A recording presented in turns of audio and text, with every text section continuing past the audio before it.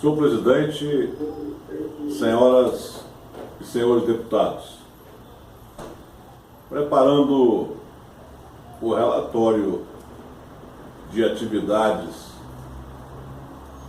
do Fórum de Servidores, em face das eleições, nós estamos preparando antes.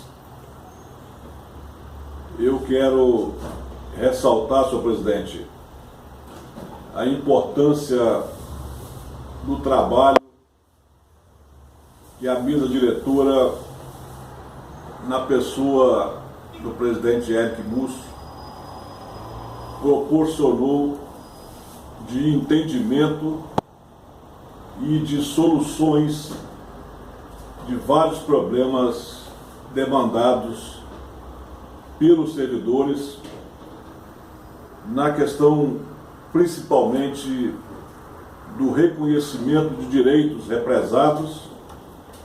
e especialmente na questão da prestação de serviço ao público, que Vossa Excelência aumentou em muito com os serviços que oferece hoje na Assembleia, mas especialmente um fato que nós constatamos é o aumento da qualidade do serviço, de uma prestação de serviço à altura de um parlamento, e o fato de que os servidores do Legislativo, antes do fórum e antes do diálogo com a mesa diretora e com Vossa Excelência, passava por momentos de falta de ânimo em razão de não serem escutados, de não serem ouvidos pela Assembleia Legislativa. E com esse advento do fórum, isso transformou os servidores da Assembleia Legislativa em verdadeiros aliados da administração da Casa e aliados do público, que passaram a ter um serviço com a rapidez necessária e criando um clima de satisfação dos servidores com a Casa e com o público. Era muito comum na Assembleia os servidores reclamando e se dizendo incompreendidos e sem uma porta de diálogo aberta para falar sobre a prestação de serviço deles e sobre, principalmente, especialmente, as demandas que tinham sido represadas e não eram reconhecidas. E nós, lá desde a administração do ex-presidente Ferraço, quando ocupamos a primeira secretaria, e na administração de Vossa Excelência participamos ativamente, com toda a concordância e o apoio de Vossa Excelência, a essas medidas que transformou o Fórum de Servidores hoje num exemplo nacional. Quando as federações se reúnem e os sindicatos, é só elogios a esse modelo implantado no Espírito Santo, e eu vejo que nas realizações do Fórum, a participação de Vossa Excelência foi importante, foi decisiva e foi definitiva, porque também nada adiantaria o sindicato e o Fórum organizar demandas, organizar reuniões, se a mesa não reconhecesse nos servidores o direito e reconhecesse a lógica desse sistema de diálogo para poder fazer a administração de um poder. Então eu quero cumprimentar a Vossa Excelência e dizer que hoje nós podemos tranquilamente dizer que a nossa causa, a nossa pauta com relação aos servidores está praticamente cumprida, e eu sei que falta algumas coisas pequenas, mas uma delas Vossa Excelência está se preparando aí até para poder resolver, e eu quero que quem esteja anotando, taquigrafando o meu discurso, consiga entender que é uma decisão que o presidente está prestes a tomar, que vai valorizar também um outro segmento dos servidores. Os deputados estaduais têm, todos eles, feito um trabalho permanente de ajuda e de aprovação das resoluções, de todas as decisões da mesa são submetidas ao plenário, e nenhum deputado da atual legislatura se negou em momento nenhum a ajudar, a apoiar e a fazer todo o esforço possível para que os servidores pudessem ser beneficiados. Desde lá de trás, do 11/98, quando a Casa se uniu, todos os deputados bravamente fincaram estaca na decisão de resolver aquilo que já caminhava por mais de 20 anos, e a força foi muito grande. Todos participaram com discursos, com manifestação, com o poder que tem político de poder,